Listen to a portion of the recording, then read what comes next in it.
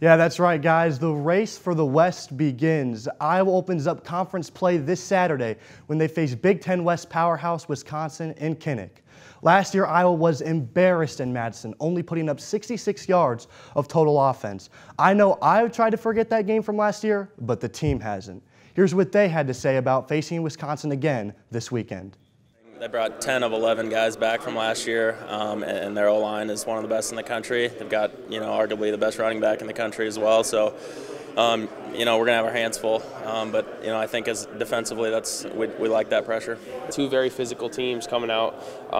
They're a program that we all have tremendous respect for. They're one of the top programs in the entire nation. So they're going to come in ready to play, and they're going to be a good team. They're obviously super physical. They're going to play downhill.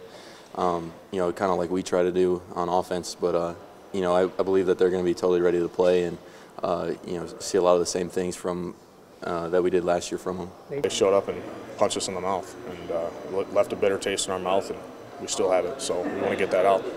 The good news is in this series, we kind of know who they are, and I think they know who we are. So that's the good news. The bad news is we know who they are, and they give up 12 points a game or 10 points a game. So that's a challenge. And the game against Wisconsin will be the second consecutive night game for the Hawks. And if history repeats itself, the Badgers are in for a rude awakening.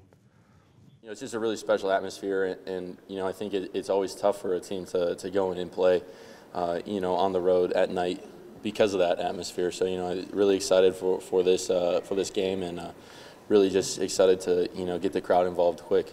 Yeah, there's a different feel to it. You can kind of feel the energy.